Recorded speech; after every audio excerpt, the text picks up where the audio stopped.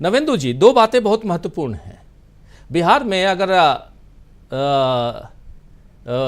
बिहार को special state का दर्जा अगर नहीं मिला, विशेष राज्य का दर्जा नहीं मिला, तो नीतीश बाबू की राजनीति कब तक ऐसे ही आगे बढ़ती रहेगी और कब तक नीतीश बाबू कभी हाथ पकड़ेंगे, कब तक पैर पकड़ेंगे।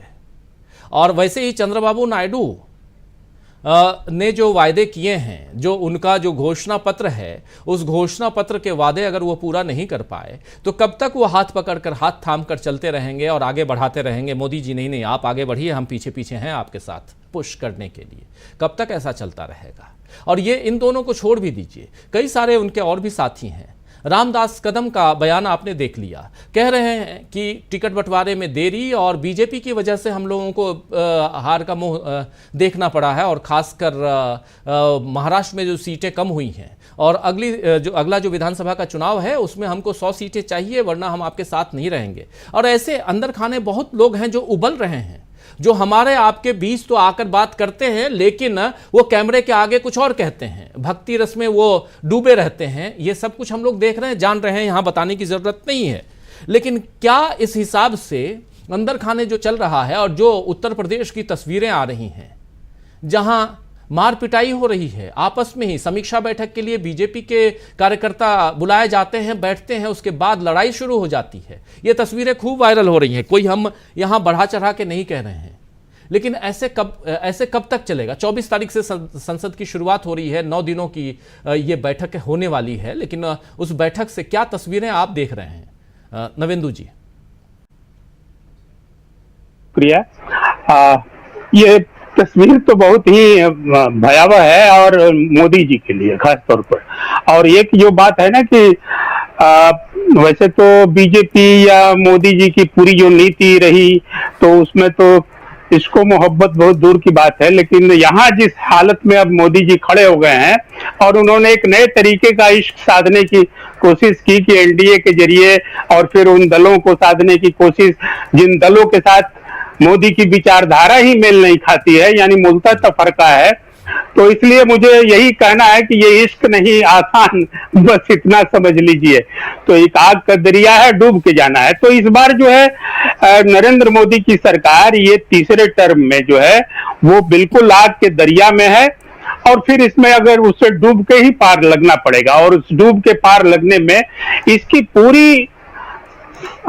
पूरा अंदेशा इसका दिखाई दे रहा है, और एक तरह से कहें तो संभावना भी दिखाई दे रही है।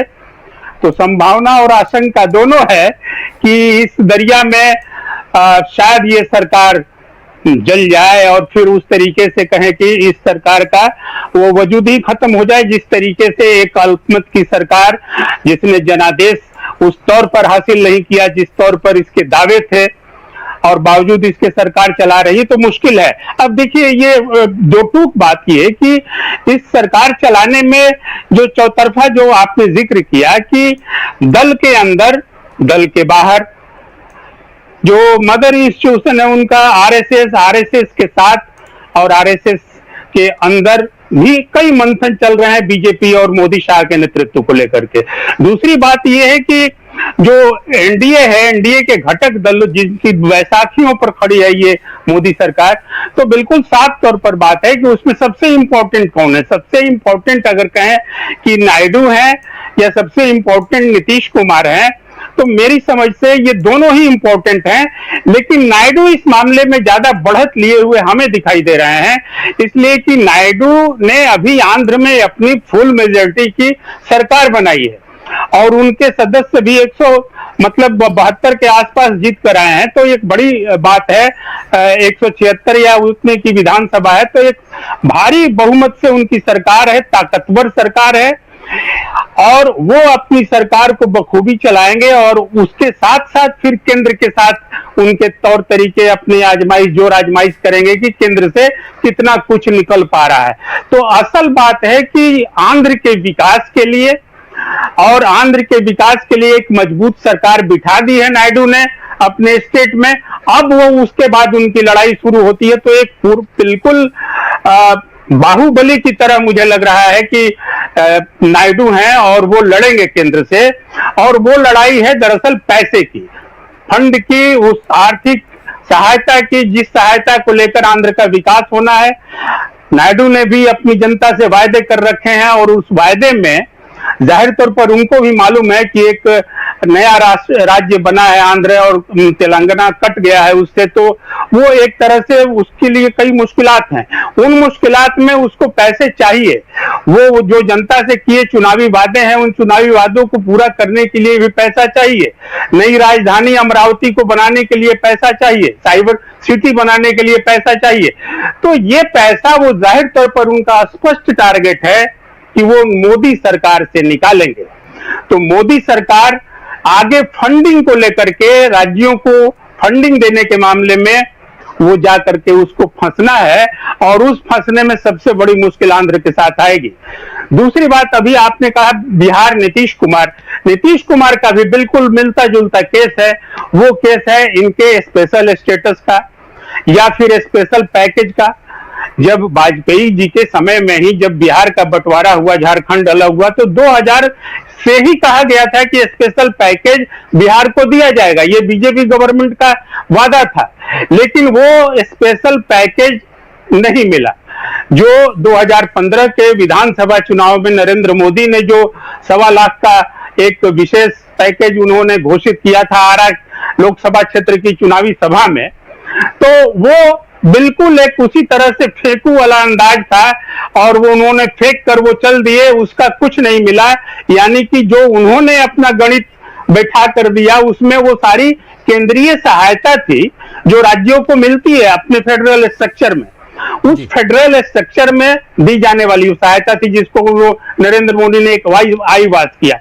अब नीतीश कुमार को चाहिए विशेष राज्य का दर्जा, विशेष पैकेज, और एक इस पर पहले से पेच फंसा हुआ था राजीव जी, अब एक नया पेच फंस गया है। देखिए ये सबसे दिलचस्प है और इसीलिए नीतीश का कोई बयान भी नहीं आया है इस पर और बिल्कुल खामोश है। वो है आरक्षण पर high court, Patna high court ने रोक लगा दी है 75% आरक्षण देने के मामले में, और ये मामला अब सुप्रीम कोर्ट में जाएगा। बिहार सरकार ने कहा है कि हम सुप्रीम कोर्ट में जाएंगे इसको लेकर के। तो ये 75% आरक्षण जिस पर नीतीश की पूरी सोशल जस्टिस की पॉलिटिक्स डिपेंड करती है, वो अब जाके अधर में फंस गया है। अब यहाँ पूरा वास्ता मोदी से आके पड़ गया है। मोदी से कनेक्शन क्या है?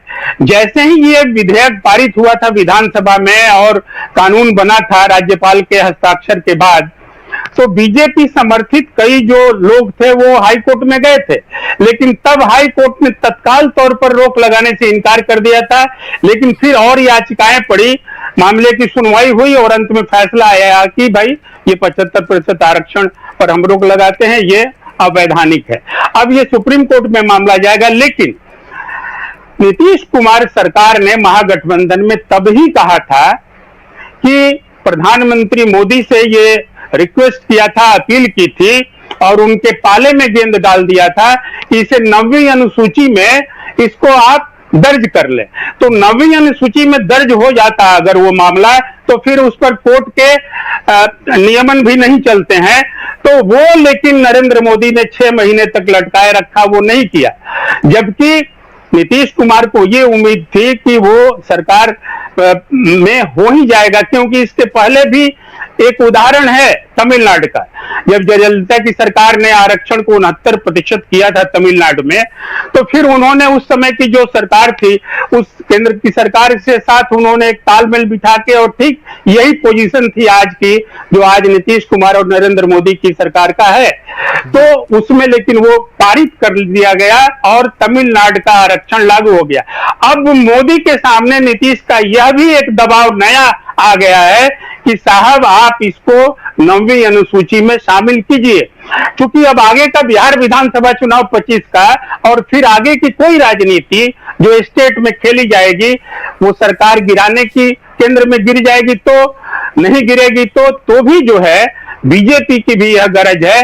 ऐसे में अब देखना यह है कि आरएसएस जो आरक्षण की विरोधी है, क्या बीजेपी जो आरक्षण की मूलतः विरोधी मानी जाती है, वो नीतीश के इस प्रस्ताव को या इस दबाव को मानती है कि नहीं? अगर नहीं मानेगी तो आप यकीन जानिए फिर आग का दरिया है और डूब के जाना है। डूब के राजीव जाना है, बिल्कुल बिल्कुल, ये आग का दरिया है और डूब के जाना है। किशोरी लाल शर्मा